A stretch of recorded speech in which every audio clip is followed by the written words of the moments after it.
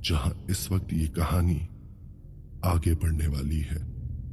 वहीं मानसी उस बूढ़ी औरत के पास जाकर कहती है, सॉरी मैडम, मैं अभी फिलहाल आपकी कोई मदद नहीं कर सकती, क्योंकि आप होटल का बिल चुकाए बिना यहां से कहीं भी नहीं जा सकती।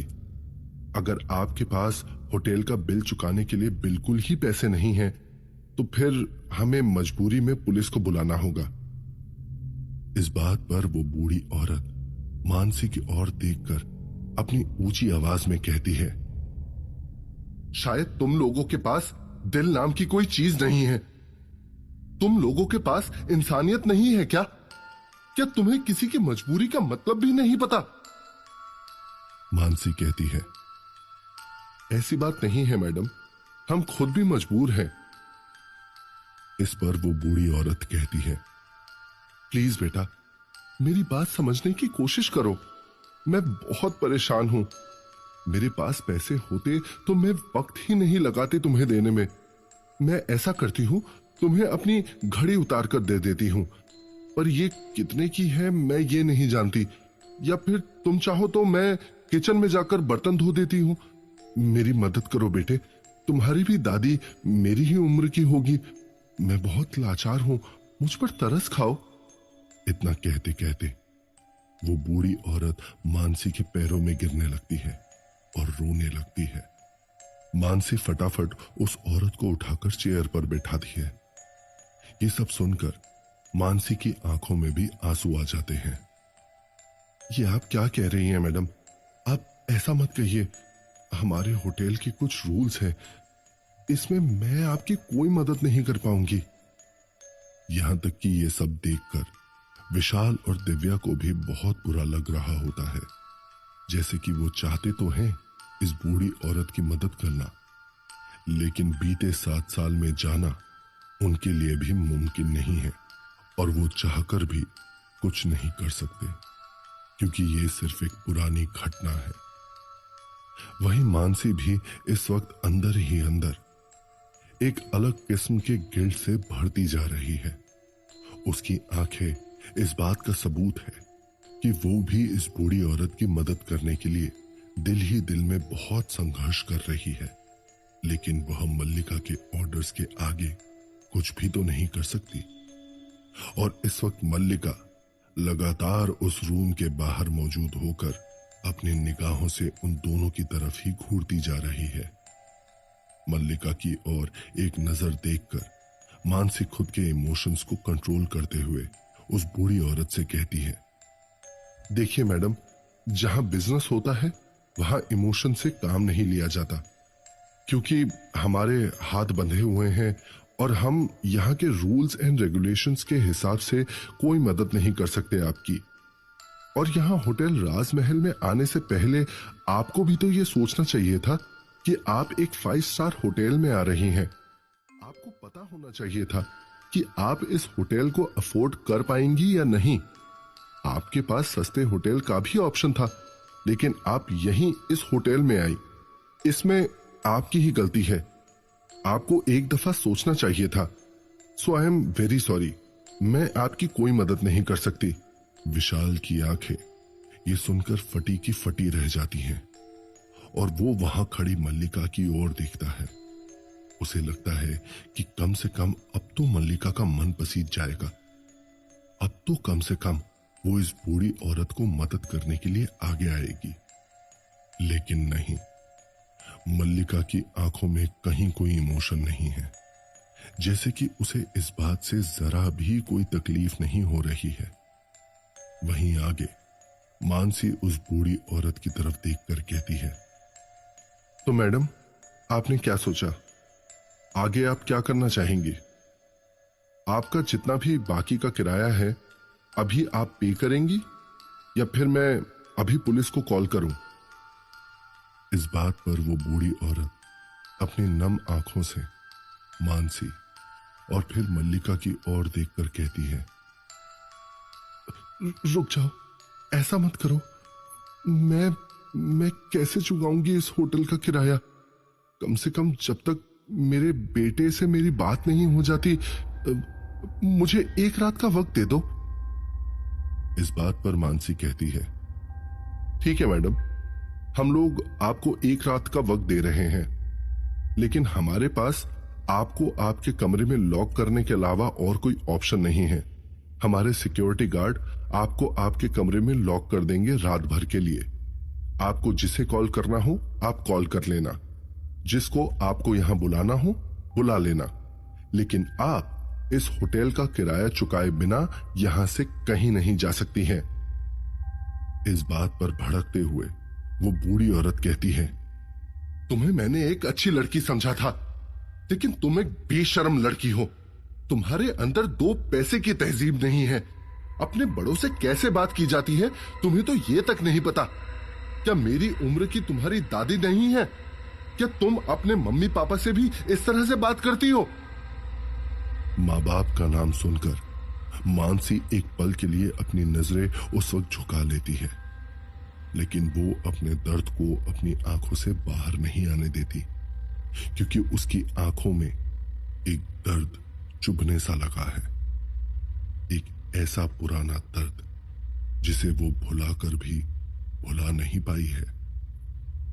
थोड़ी देर खुद को संभालते हुए मानसी उस बूढ़ी औरत की तरफ देखते हुए कहती है, देखिए मैडम, आपको पर्सनल होने की बिल्कुल भी जरूरत नहीं है। You are crossing your limit now. मैं यहां सिर्फ इस होटल का काम कर रही हूं, आप बिल्कुल चुप हो जाइए। इस बात पर आखिर में वो बूढ़ी औरत अपने गुस्से को संभाल नहीं पाती और मानसी पर झपट पड़ती है और उस पर अपने कमजोर मगर मजबूत इरादों से घूंसे बरसाते हुए उस पर अपना गुस्सा निकालने लगती है। मल्लिका को इन हरकतों से भी जैसे कोई फर्क नहीं पड़ता। वो कुछ देर तक ये सब होता चुपचाप से देखती रहती है। वहीं विशाल और दिव्या अपनी हैरान नजरों से ये सब होता हुआ देखकर एक दूसरे की तरफ देखने लगते हैं। वहीं बूढ़ी औरत गुस्से में मानसी के शर्ट का कॉलर पकड़ लेती है। आखिर में मल्लिका को एक्शन लेना पड़ता है और वो जल्दी जल्दी में वहां होटल के सिक्योरिटी गार्ड्स को बुलाती है। रमेश, शैलेश, आओ, जल्दी आओ यहां और इस बूढ़ी औरत को मानसी से अलग करो। ये बूढ़ी औरत अपना आपा खो चुकी है। आपाधापी में बूढ़ी औरत तब तक मानसी को कई जगहों पर घायल कर देती है, यहां तक कि मानसी के गर्दन और हथेलियों से भी खून बहने लगता है। मानसी चाहकर भी बूढ़ी औरत पर हाथ नहीं उठा पाती, क्योंकि उसके संस्कार उसे ये करने की इजाजत नहीं देते। आखिर में दो हट्टे कट्टे मजबूत से दिखने वाले सिक्योरिटी गार्ड आकर उस बूढ़ी औरत को मानसी से जबरदस्ती अलग करते हैं, लेकिन छीना झपटी के बीच बूढ़ी औरत के हाथ में मानसी के शर्ट का बटन टूटकर आ जाता है। अब तक इस बूढ़ी औरत ने मानसी के बाल तक खींचकर बिखेर दिए होते हैं और तो और मानसी की आंखों से आंसू बहने लगे हैं। इस बूढ़ी दादी में उसने अपनी दादी का अक्स देखा था। वहीं अब तक मानसी बेहद दहशत में आ चुकी है और उसकी सांसें तक फूलने लगी हैं। वहीं वो बूढ़ी औरत को इतना ज्यादा छीना झपटी की वजह से उसकी भी सांसें फूलने लगी हैं, जिससे उन्हें जोर जोर से खांसी होने लगी है। वहीं दोनों मजबूत से दिखने वाले सिक्योरिटी गार्ड ने उस बूढ़ी औरत को अपने हाथों से कसकर पकड़ा हुआ है और वो बूढ़ी औरत चिल्लाती जा रही है, छोड़ दो मुझे, छोड़ दो मुझे। लेकिन दोनों सिक्योरिटी गार्ड उस बूढ़ी औरत की एक भी नहीं सुनते और उसे लगभग घसीटते हुए अपने साथ लेकर लिफ्ट से ले जाने लगते हैं। वहीं वो बूढ़ी औरत बेहद गुस्से में है और उसकी सांस फूलने की वजह से उनका गोरा सा दिखने वाला गोल सा चेहरा लाल पड़ गया है और वो मानसी की ओर देखते हुए अपनी भाषा में बड़बड़ाते हुए कुछ कह रही है, जैसे कि कोई श्राप दे रही हो। करम तेरे सारे पड़ेंगे तुझ पर भारी, हो जाए तेरा जीवन नरक से भी भारी। करम तेरे सारे पड़ेंगे तुझ पर भारी, हो जाए तेरा जीवन नरक से भी भारी। मानसी उस बूढ़ी औरत को अपनी तरफ देखकर ये बड़बड़ाते हुए देखती ही जा रही है और उनकी आंखों में मानसी साफ साफ सिर्फ अपना अक्स उभरता हुआ देख रही है। इन आंखों में सिर्फ और सिर्फ नफरत है, वो भी सिर्फ मानसी को लेकर। मानसी अपनी नजरें दहशत में झुका लेती हैं, क्योंकि इस वक्त उस बूढ़ी औरत से उसे अपनी नजरें मिलाने तक का साहस नहीं हो रहा, क्योंकि उसे डर है कि अगर उसने दोबारा से उन बड़ी और बेबस लाचार आंखों में देखा तो उसे एक डर दोबारा से सताने लगेगा। वहीं विशाल और दिव्या दोनों भागते हुए उन सिक्योरिटी गार्ड की ओर बढ़ने लगते हैं और उस कमरे की ओर जाने लगते हैं जो कमरा उन बूढ़ी औरत का है। और आखिर में उनको कमरा नंबर 3026 में ले जाकर उसी कमरे के सुपुर्द कर दिया जाता है। और जैसा मानसी ने कहा था, कमरे के अंदर विमला रस्तोगी को धक्का देते ही दोनों सिक्योरिटी गार्ड उस कमरे को धड़ाम की आवाज के साथ लॉक कर देते हैं। दरवाजा बंद होते ही बूढ़ी औरत अंदर से दरवाजे को जोर जोर से पीटने लगती है और काफी भला बुरा कहती है, छोड़ दो मुझे, खोलो ये दरवाजा, तुम लोग सब बर्बाद हो जाओगे एक दिन, मैं किसी को नहीं छोड़ूंगी। एक बूढ़ी औरत की हाय लगेगी तुम लोगों को। उस बूढ़ी औरत की आवाज और चीख उस कमरे के साथ साथ पूरे होटल राजमहल में गूंज उठती है, लेकिन कोई भी मदद का हाथ उस बूढ़ी औरत को बंद किए हुए कमरे से आजाद नहीं कराता। वहीं बूढ़ी औरत के वहां से ले जाने के बाद मानसी अपने बिखरे हुए बाल ठीक करने लगती है। अपनी आंखों में मौजूद आंसुओं को एक टिश्यू पेपर की मदद से पोंछने लगती है, लेकिन बार बार उसे उस बूढ़ी औरत की वही दहशत भरी आंखें दिखाई दे रही हैं और आखिर में कहे गए उनके वह श्राप नुमा शब्द उसके पूरे जहन को कुरेदने लगते हैं, जो उसके दिल को अंदर ही अंदर तार तार कर रहा है। और इस बात को सोचकर मानसी का दिल ना चाहते हुए भी एक दहशत से भरता ही जा रहा है। और वहीं उसके हाथों पर उस बूढ़ी औरत के नाखूनों के निशान गड़ चुके हैं, जिससे हल्का हल्का खून अब भी बहता जा रहा है। वहीं मल्लिका उस वक्त मानसी की ओर देख रही होती है और हल्का सा मुस्कुराते हुए मानसी की ओर अपनी उंगलियों को उठाकर कहती है, गुड जॉब मानसी।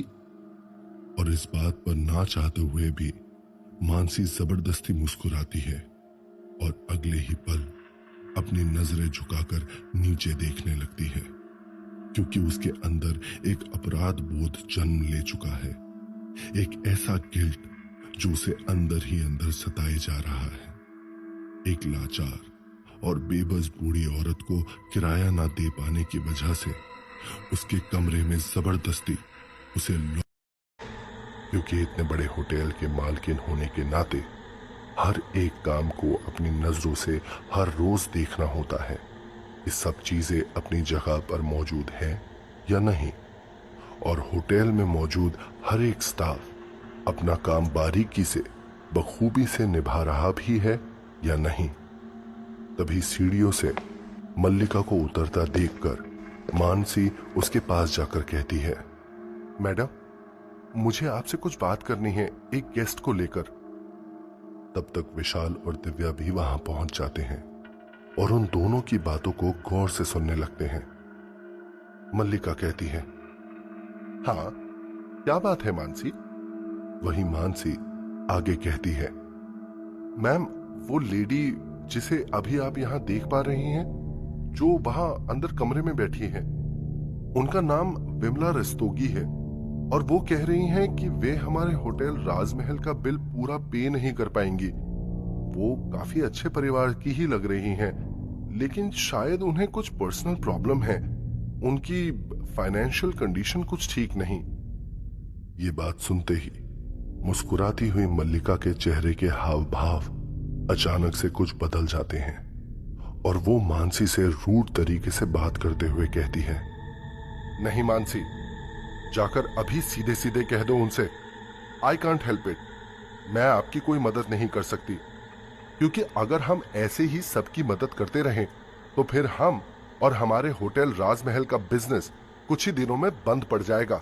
हमें लॉस होने लगेगा, क्योंकि हम यहां कोई चैरिटी करने नहीं बैठे हैं। ये बात सुनकर मानसी अचानक से चौंक जाती है, क्योंकि उसे लगा था कि मैडम इस बारे में उसकी कुछ हेल्प करेंगी, लेकिन यहां मल्लिका की बातों की धारा उल्टी तरफ से बह रही थी। विशाल भी हैरानी से दिव्या की ओर देखने लगता है, क्योंकि उसे भी मल्लिका के ऐसे बर्ताव की उम्मीद नहीं थी।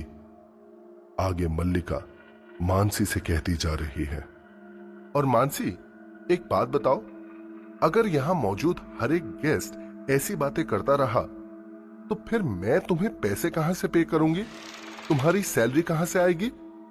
ये बात सुनकर मानसी का चेहरा कुछ झुक जाता है। वहीं मल्लिका आगे कहती जा रही होती है, और हां, मैं तुम्हारी भी एक बात तुम्हें रिमाइंड करा दूं, your performance in our hotel Rajmahal is not up to the mark. और अब मैं यही देखना चाहती हूं कि तुम इस प्रॉब्लम को खुद से कैसे हैंडल करोगी, क्योंकि तुम्हारी परफॉर्मेंस पर ही तुम्हारे आगे का प्रमोशन और बाकी की चीजें देखी जाएंगी। कुछ देर तक खुद ही में सोचते रहने के बाद मानसी कहती है, yes ma'am, I can handle this by any way. इतना कहकर मानसी वहां से वापस उस बूढ़ी औरत के पास चली जाती है। मानसी ने ये बातें अपनी मालकिन मल्लिका से कह तो दी थी, लेकिन उसे भी ये नहीं पता था कि वो आगे उस बूढ़ी औरत से कैसे और किस तरह से बात करेगी।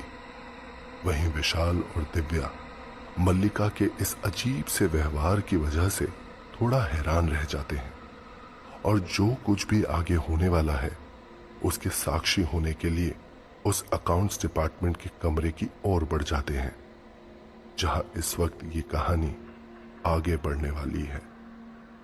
तो क्या होगा कहानी में आगे? क्या मानसी अपनी तरफ से उस बूढ़ी औरत के लिए कोई मदद कर पाएगी, या फिर इस कहानी में आगे कुछ ऐसा होने वाला है जिससे विशाल और दिव्या की आंखें फटी की फटी रह जाएंगी? दहशत, मजबूरी और बेबसी की एक नई कहानी